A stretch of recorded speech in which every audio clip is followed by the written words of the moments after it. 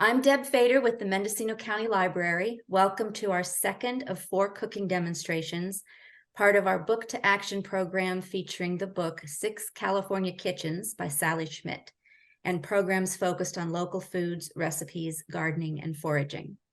Today's program is supported by the U.S. Institute of Museum and Library Services and the Library Services and Technology Act, administered in California by the State Librarian. This session will be recorded. John Farais is a Northern California chef who specializes in cooking with plants native to the Americas. Today, he will demonstrate cooking fish in parchment paper, and the recipe has been shared in the chat. Welcome, John. Hi, thank you for the introduction. Welcome, everybody. I'm glad that you can be a part of this tonight because it's really exciting to do foods from all over the world. I work with ingredients native to the Americas, like she says, and I have been doing that for 20 years. And I find that there's a history in all of the food that we have come across. A lot of that is lost now because of the way that it is purchased, the way you buy it, who sells it. But traditionally, it started somewhere on a farm with somebody's hands and labor. And so it makes it interesting, and it creates a history and a cultural connection that's really hard to break, because anybody that does cooking now and does it all the time, there's a connection that they have to their family, to their culture, to their history, all of that. And so I thought I would take a little bit of the French tonight. It seems to be intimidating to a lot of people. They were one of the earliest haute cuisine type of professionals. They cooked for kings and created a lot of dishes because of that. But this dish tonight is a little bit different. It actually it's a French dish. It's called, pardon my French, as they say, poisson de papillon, and that means fish in paper.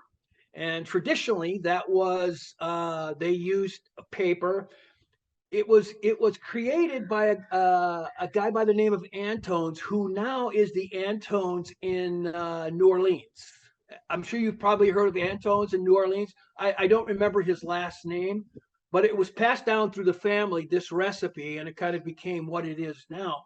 But anyway, it started with Antone, who created this dish for some paper makers. This was back in the early 1900s, maybe late 1800s. He was a chef. He created a dish for two guys that actually created crepe paper. And so what he did is he created a dish and put the fish inside of paper and cooked it.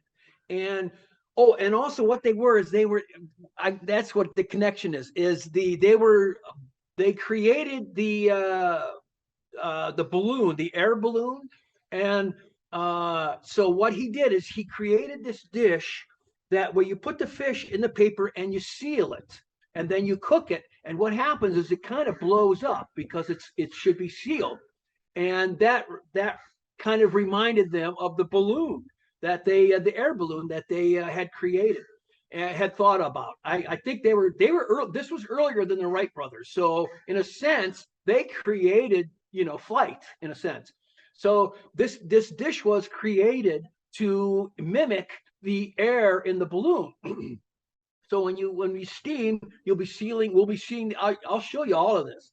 But it's good to know because you'll have a little laugh at it hopefully at the end there, where you see it blows up. You open it up and it just shoots out with the steam. And really, this dish is just for that purpose.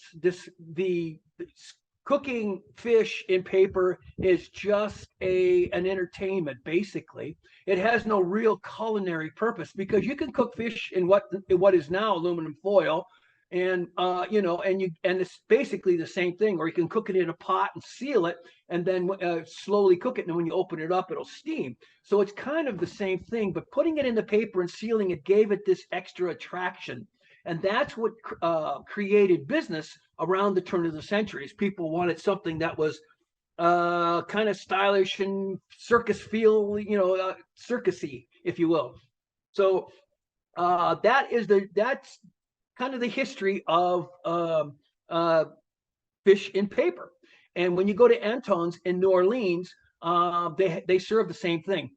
I'm gonna show it to you in a little bit of a different way, because we're going to add vegetables, and I got some carrots, zucchini, red onion.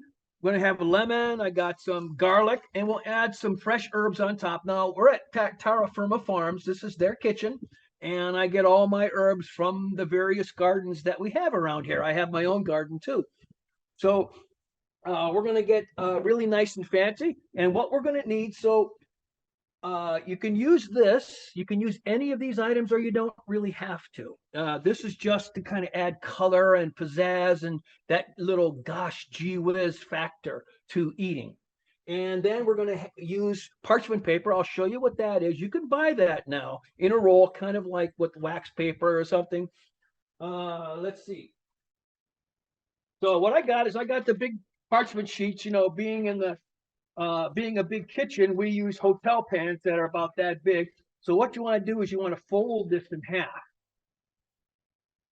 And what we're going to do next is, oh, you know what? Let me grab some scissors. And so we're going to cut this paper. Now, some recipes will tell you to square it off, but we're going to add a little bit of love to it. And we're going to, I'm going to cut it in the shape of a heart. That kind of makes it kind of nice. So basically, I'm just going to come around. So I'm cutting the paper, going out. You can kind of draw a half heart if you want, but you know how a heart goes. So you can just kind of cut it by eye. So here we go. So I'm bringing it in. Can you see all that? Okay.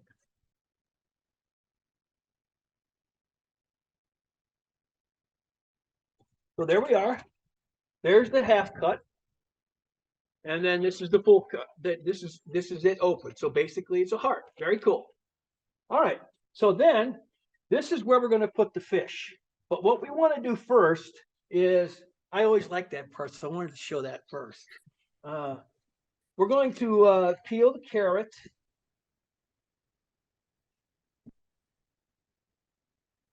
And we're going to dice our vegetables. What we want to do now is we want to do our what's called mise en place, things in place. And that's another French term that's now prevalent in the kitchen. Everybody knows what that means.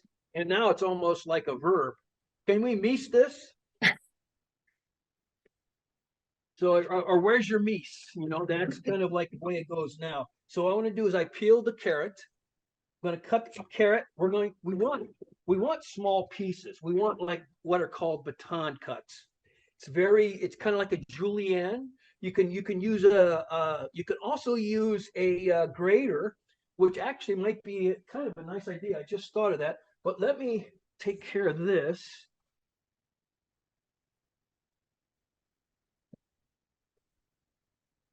But I'm going to do it the long way, the traditional way. And I'm going to cut it in half.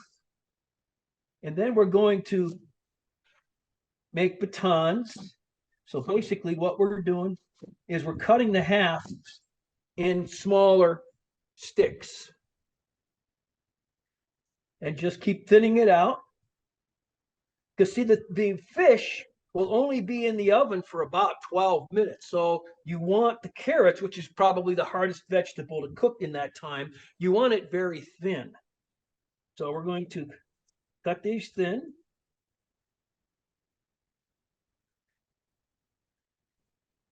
Is cutting them thin like that the same as julienning them? Yes, it's kind of a julienne as it is now. Also, you got the little the vegetable slicers, that has the little teeth on them, the serrated teeth. That can also that would also give you a finer serrated carrot. But this, doing it by hand, I'll just keep cutting them smaller and thinner so that they can cook really fast. That's the idea, is you want this to cook the same time as the fish.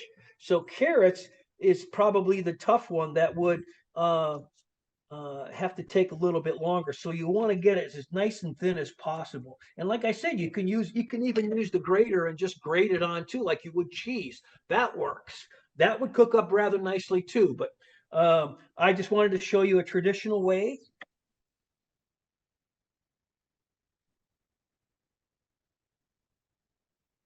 And then next we're going to go do the onion, and then we're going to do the zucchini. Now, one carrot will probably feed, well, it'll take care of probably 4 fish. So the recipe that you'll see tonight is for 4 people. So I'm only using the 1 fish tonight. So I'll have plenty of vegetables left over. But that's just to give you some idea. It's not an expensive dish. Probably the most expensive thing that you'll have to pay for is the fish. And that's the best part of the dinner. So anyway, I've got these small cuts, nice and thin, and we're ready to move on now to the. So what I'm going to do is I'm going to put these into the bowl. So we're going to prep all of our food items first. Everything has been washed. It's all set to go. It's just waiting to perform for you. So this is zucchini. I'm going to cut everything because I don't want to waste it, because I'll just eat all the rest of the vegetables later. Now, what we could do is I cut it in half, as you noticed, lengthwise. And we're going to just slice them into half moons, as we call it. These will cook up nice and fast. That knife is so great. Is that the same kind you used last week? It is. Okay. It's a Japanese knife, Miyabi. It is it's kind of a hybrid because it's a German steel knife, and Japanese use a different kind of steel, and they make it very thin. This is a little bit thicker. This is like German thick, and it has the little Damascus lines on it, that show that it was all different layers. So it's really a nice knife. I like it. So now I've cut up the zucchini. That's just 1 zucchini in half. And of course, if you cut it in half lengthwise, you get double the amount. So you don't even really need a whole zucchini. So now we're going to do the onions. This is a red onion.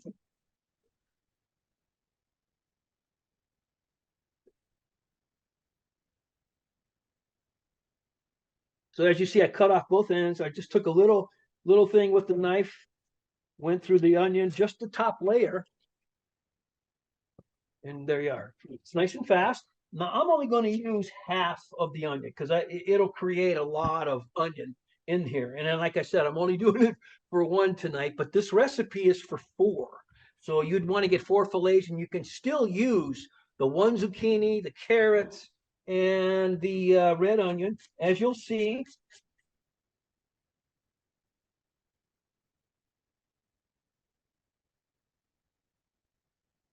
Okay, so there we are. That's half an onion. You can kind of pull that apart a little bit. All right, so there we are. Got a garlic. Always got to add some garlic. Garlic goes back to the Romans. They used garlic for everything, for an aphrodisiac, for colds, for cleaning out their bowels. It's an amazing herb.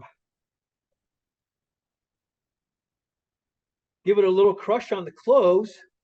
Now you don't have to do the fresh garlic. You can go into the stores and and buy the pre-peeled. But the thing that I want to tell you about the peeled garlic, it's not a history that you find out about unless you're doing some research, is that there's a lot of people that are peeling garlic, and it's kind of an abusive practice to where the garlic is wearing through their fingers from doing all of this. So just keep that in mind. And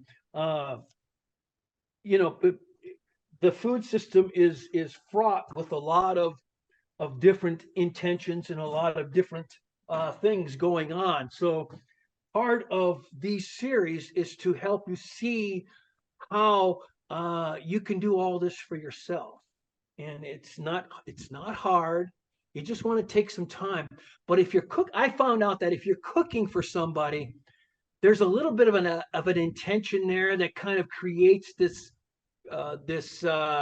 this comfort, this almost like a love, where you just feel like, I want to cook for them. I feel really good. I want to just show them what I can do. I want to give them the best food that I can make. That's kind of like what for food for me is what it's about. I always cook better, I think, when I cook for somebody else. And so I'm cooking for you today. So this is special. All right. So here we go. I just peeled them. And you slice it, and then you can just kind of mince it with your knife. I find this to be a good way to do garlic.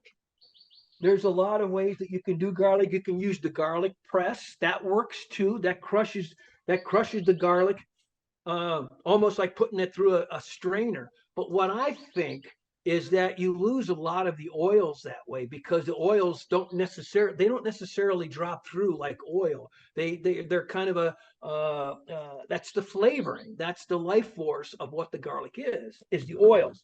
And you miss some of that by going through the garlic press. But it's a perfectly good way to do it. So don't let me discourage you. I'm just giving you all the sides of the stories that I know. So you can make your own decisions. And the other thing is, there is no right or wrong. There are no mistakes. Like Miles Davis said, there are no mistakes. So it's about how it's the intention on how you cook. That's the important part. What is your intention when you're cooking? Are you focused on what you're doing? Are you paying attention? What are the ingredients telling you? And the ingredients, if you are in the moment, the ingredients are telling you how they want to be cooked, how to best handle them. And that's the mystery. That's the intrigue of cooking, is the ingredients. Paying respect, I guess you could say, because as you keep hearing, we are all connected. We're connected to this because this is connected to the land, and the land is connected to the earth, and the earth brings forth everything for us from its abundance and gives it to us. And we are connected to that. We all have the same atoms. Actually, right now, I'm vibrating so fast that I'm a solid person.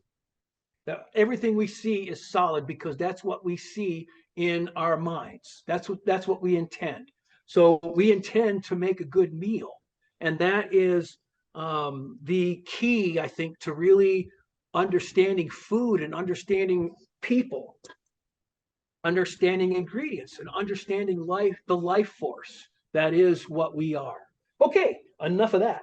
So I got all my ingredients cut. I'm going to add a little bit of salt. This is Himalayan salt, a little bit of pepper, a little bit of olive oil. We want to mix it up a little bit.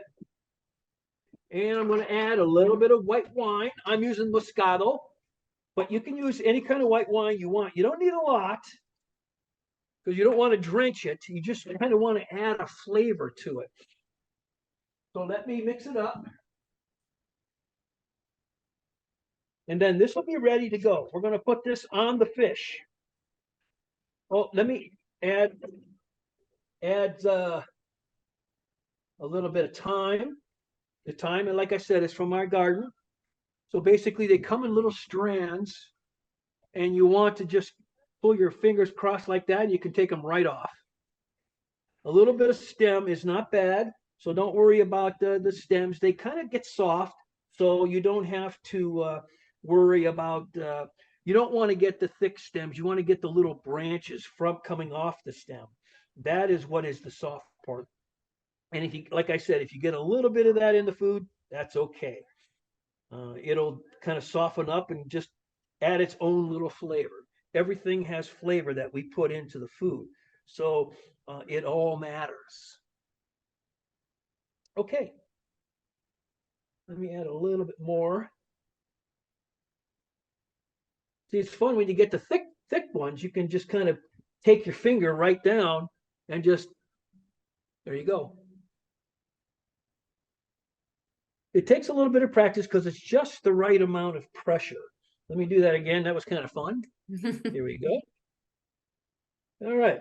So we got thyme in here now. And as you can see, I got a little bit of rosemary. And again, this is all to add flavor and character. You can just put the fish right into the parchment paper along with a little bit of oil, maybe salt and pepper, and you can just call it a day with that. That's good. But this way, it gets a little more colorful, gets a little more flavorful. It has some life to it. You know, it's a show. All right. So now we got our vegetables and we've got our paper here all ready to go. We're going to add some rosemary here in just a moment. Let me get the fish for you.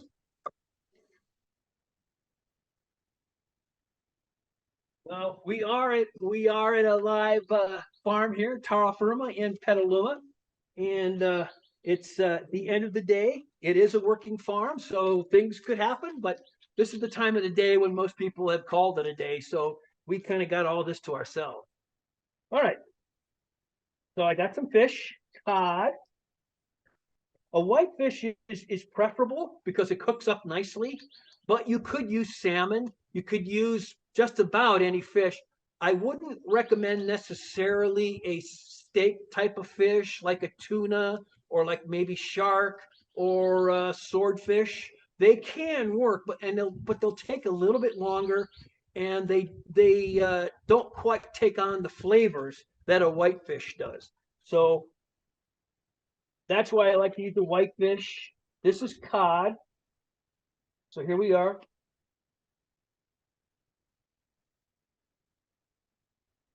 So you put the fish right by the crease, to the left or the right of the crease, whatever you are inclined to. It doesn't matter. Okay. A little bit of oil, just so that. There we are. Okay.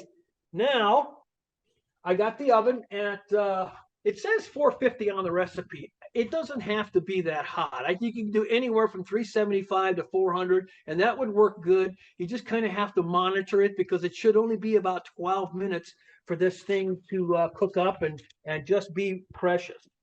All right. So I'm going to add a little bit of this. Now, as you know, we put some vegetables in here with wine and extra virgin olive oil. Man, it doesn't get any better than that, huh? Okay, so here we are. This is the way it looks. Now, here comes the folding part. This is not hard. It's just takes a little bit of practice, maybe. Maybe you can get it. I know it took me some time to get it right. So what we're going to do now is you bring up the edges, and then you're kind of crinkling. Whoops. Sorry. Forgot to turn my phone. There we are. Got to quiet it down. There we are.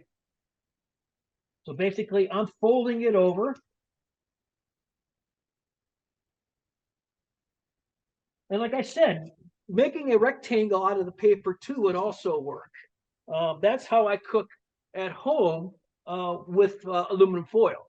I'll cut up 2 sheets of aluminum foil. One sheet will have all the food, and the other sheet goes down on top of that, and then you just kind of fold the edges. Now here we're going to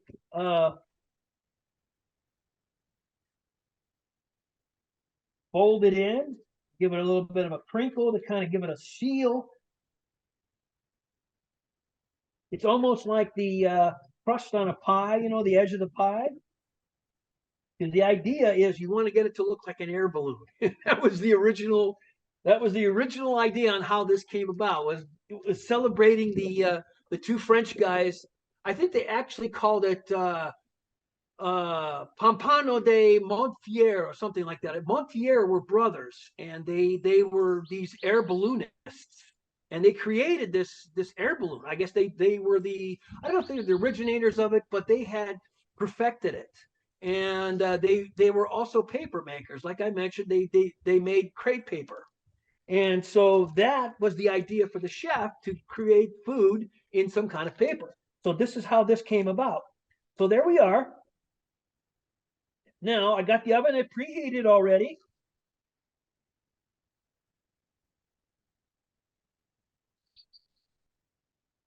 Is parchment paper the same on both sides? Or is there like a Yes. right side and a wrong side? No, it should be, if you're no, parchment paper is the same on both sides. There are some papers that have like a silicone, I think it might be silicone or something, or a wax or something on one side. That's kind of like what I think you'll get with butcher paper. Let's see, butcher paper. Yeah, see, there's a little bit of a film on this side as opposed to this side. So yeah, that could work too, I suspect, but I don't know if that's good for cooking. So parchment paper is neutral in that respect. So here we are. Kind of almost looks like what are those little pizzas called that they fold in half? A calzone? A calzone. There we go. Yeah. A calzone. Yeah. So it kind of looks like a calzone. So we want to keep it nice and sealed, and we're ready. So as you can see, it took just a few minutes to make this whole thing, and we added extra things to it. So it's very easy to make. And like I said, you could add or subtract anything that you feel like it. Once you're comfortable in making a dish, you can kind of call it your own by doing what you want with it. That is as far as adding ingredients, just whatever, because that's what the fun is in cooking. It also goes back to the recipe. Now, when you look at this recipe for the poisson de papillon, you'll see that it has all of these ingredients in it. And after a while, you realize you don't have to follow the recipe exactly. It'll say 1 teaspoon of this and a cup of that, and you can measure it all out. That's perfectly fine. You should. But after a while, you're just going to want to mix and match. And it's a very organic process. That's the part that I want to mention, is that it's an organic process. You learn how much salt to put in just by using your fingers, as opposed to like a little teaspoon and putting it on there. With your salt, you're gonna go up high and you just let it go, and it's going to spread. That's what you see in the kitchen all the time. That's really a nice way to cook, and it kind of gives you the ownership of what you're creating, and that after a while kind of becomes a signature for you. It becomes fun. All right, so here we are. So I got a half pan for here. We're going to put the fish on this. All right, that's it. It's going in the oven, and I'm going to set the timer for about 12 minutes. All right, so there we are. I got it in, and let me set my timer. Is there any kind of vegetable that you would discourage people to put in with fish? Let's see, probably eggplant. Mushrooms would be really good too. You want to use vegetables that are all going to cook up together, so that it all comes out done together. Eggplant would work. Actually, eggplant would work okay, but the thing about eggplant is you have to be careful of the skin on the eggplant. You can peel it, and that would probably work. And also, it becomes kind of like caviar, where it kind of just I don't want to say disintegrates, but it cooks to the point where it gets really nice and soft. That might be fun. That might be something that you would really want to experiment with. As far as other vegetables, probably something like radishes, tomatoes would work.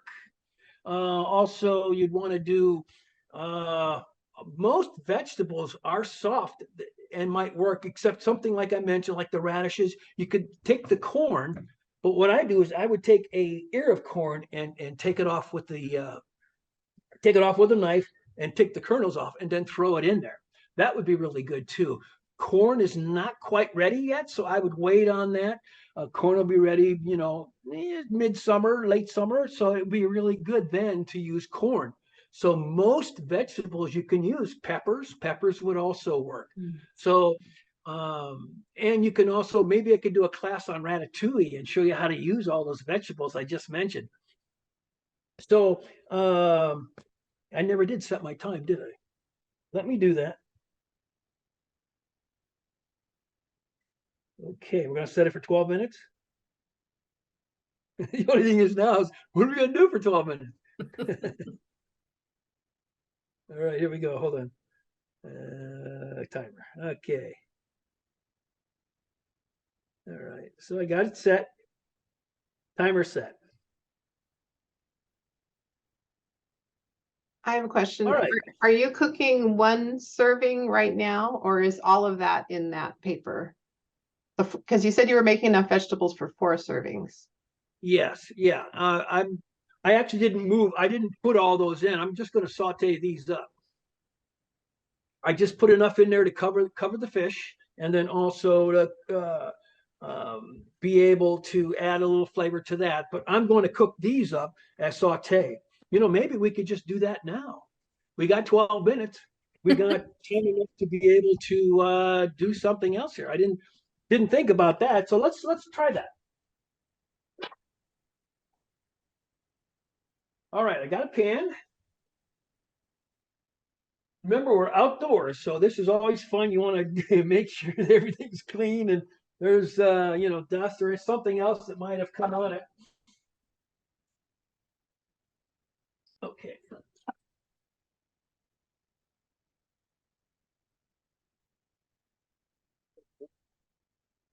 Okay. So we're going to saute now. We're going to let the pan heat up just a little bit.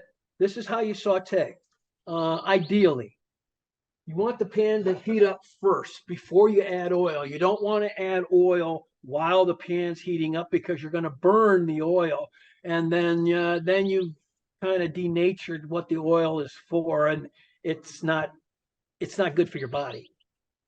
So we're going to let the pan heat up for just a moment. I got all these to saute. Oh, I did forget to put some rosemary in there. Anyway, we'll put the rosemary in here.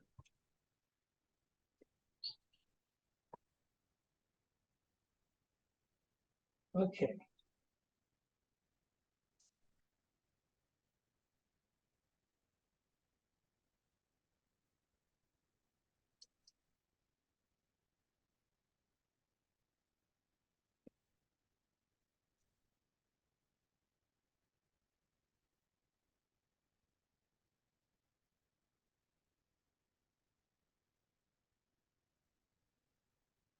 You want that sizzle.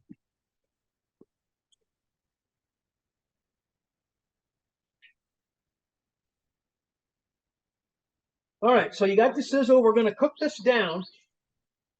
The idea of sauteing is to be able to get a little bit of a surface, I guess you could call it a crust of sorts, to get it to lock in that flavor. Saute is high heat and quick cooking, basically. So it's generally high heat, and you want to use an oil that is conducive to high heat. And that would be kind of like your avocado oils, good for that. Regular olive oil, not extra virgin. Extra virgin can work up to about maybe mid-high heat. You don't want to go real high heat with extra virgin olive oil. Huh. But you can use regular olive oil. You find extra virgin everywhere now. Yeah. But the real cooking oil is either olive oil. It's not extra virgin. You know, you see that pomace olive oil. That's generally what's left after the first pressing. So that oil is good for cooking. Avocado oil is good for cooking. There are some vegetable oils out there. There's sunflower seed oil, safflower. Those are all good oils to use for cooking. But that's the other part of what I do as a chef is I like to do a lot of research. Where are my items coming from? Are they organic? Are they GMO'd? Are they part of an industrial type food system, which is a lot of what our food is nowadays, coming from the industrial complex. So that's another reason to learn how to cook for yourself, is that you can control what you give your body. Because depending on somebody else to keep you healthy is not going to happen, because they're not in the business to make you healthy. They're in the business to make money. All right, I can't get any more political than that. I might get shot or something. We're going to have to cut you off, John. Yeah. Okay, here we are. So basically, you see that it's we're sauteing our veggies that are left, and so you got kind of a side dish. You could use potatoes also. Put some potatoes in there. Traditionally, what goes with the poisson is it's pomme dauphinoise, which is basically like a great potato gratin. Oh. Gratin. I don't know French. I just learned these terms because I cook, and these terms are used, in French cooking.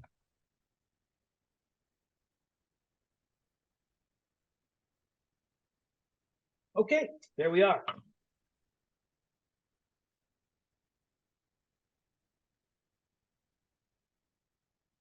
All right. Let's see, I think I got like 6 minutes yet. So let me grab a plate. We're gonna have some fresh sauteed vegetables. Be right back.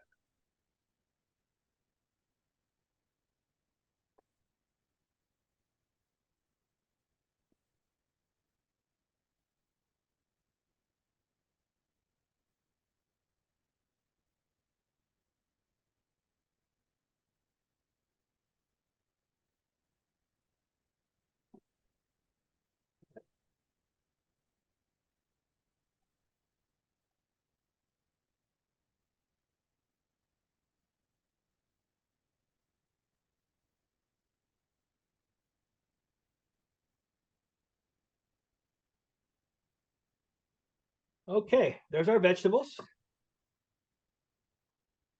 And let me check on the fish.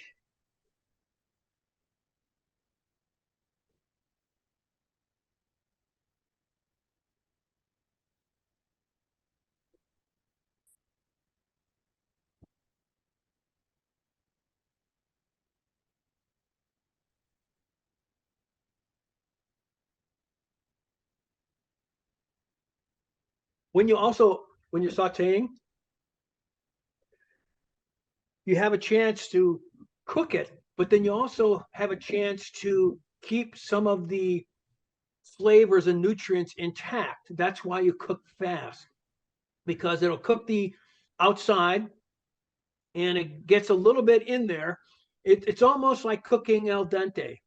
I like food, most foods al dente, but also it cooks it just enough all the way through that you still have the crispness. You can still bite into it, as opposed to like slurping it or something when it gets too soft.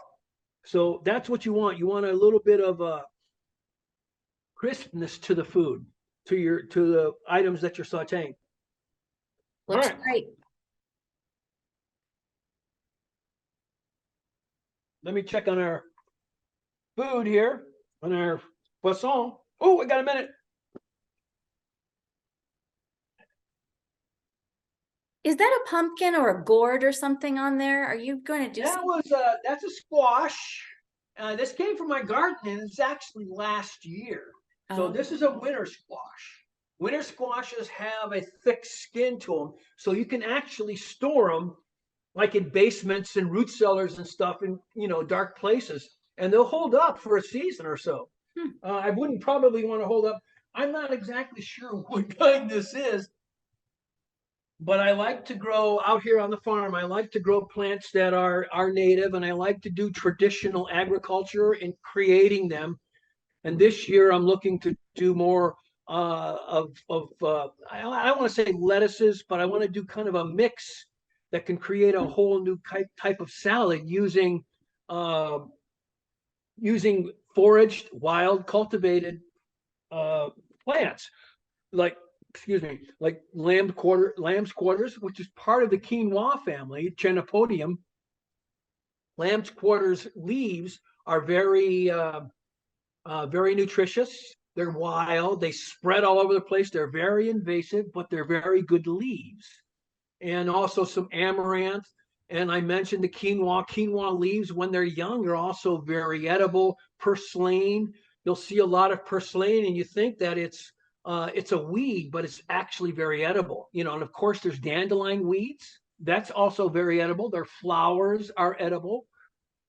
So there's a lot of edible native plants, and also very edible, we're done, very edible forage plants. I also do a class on foraging, and I have a PowerPoint that maybe, you know, we can work in somehow too, and kind of give you ideas on how to forage and what to forage and what it all looks like, because it's really another way to feed yourself. Okay, let me get the fish. Woohoo!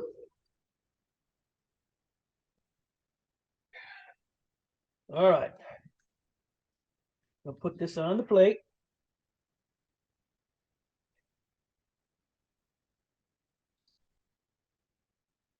These are my dishes for later. All right. So here we are.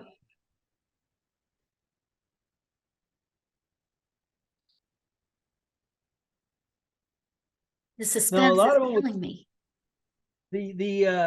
A lot of the places will tell you about cutting it open in the on top, like a hatch, you know, opening up the hatch. I just want to kind of open it up this way. Oh yeah, there you go. You can probably see Wow. the steam from there. Yep. So that's it. 12 minutes, and it's nice and flaky. That's what, see, look at that. That's beautiful. Let me show you that. Wow. That looks so good. Yeah. And you got a little bit of juice there with the olive oil and the white wine. And it created, and you'll see that the vegetables are done a little bit differently than they were when I sauteed them. So you get two different, even though we got the same kind of vegetables on over here and over here, they're going to be tasting a little bit different. So there we are. Mm. Look at that.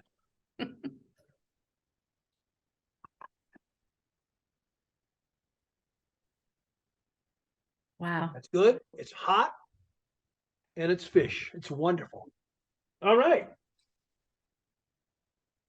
So there you are. That's the class on poisson in papillon, which is fish in paper, fish in parchment.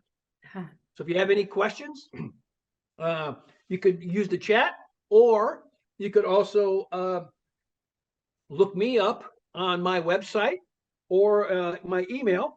My website is indigenousedibles.com, and you'll see a contact number there. I look at that all the time. I check it every day. And then also, you can also get a hold of me in my everyday email, which is jfbudo, jfbudo 111 at gmail.com. Maybe they can put that in the chat for me. Just so that you can, okay, good. So that you can get a hold of me that way. I'm happy to encourage anybody that needs some answers, that wants to know more. I cover a lot of ground being a chef for 20 years. So I do a lot of research, and there's a lot of different subjects that I love to talk about, that I love to research. I've done my own stuff in my own studying in ethnobotany, so that I can know which plants are native and which ones grow elsewhere in the same latitude, someplace else in the other part of the world. So there's a lot involved that I like to know about. And I'm happy to give that information out. That's why I'm here today. Okay. Ladies, I think we're done. I think we're done. Looks great. That was even easier than the paella. I can't believe how simple. Yeah, you mean the dish itself? Yeah. Yeah. Thank you very Yeah, much. Enjoy your dinner. I will. Thank you. And we'll do this again next week. Yep. All right. We'll see Next you then. week is curing salmon. So Ooh. that would be an interesting one because that's a process that takes overnight. But you'll be able to pop it into the refrigerator once you get through the class. Will it be And Atlantic salmon or Pacific salmon? no. We're going to do Pacific salmon. Atlantic salmon is almost always farmed. Why should we go to Atlantic salmon when we have the best salmon in the world here in the Pacific, which is king salmon? It's very pricey, but it's very good. It's like driving a Tesla compared to a Ford Fairlane or something. It's just there's no comparison. So just remember that Atlantic salmon more than likely is farmed, and most farmed fish has its issues. Let's put it that way. So keep that in mind. So Pacific salmon is always where I'll go to demonstrate and to cook. Looking All forward right. to it. Good night. Good night. Thank you. Good night from Terra Firma Farms. Woo! Okay.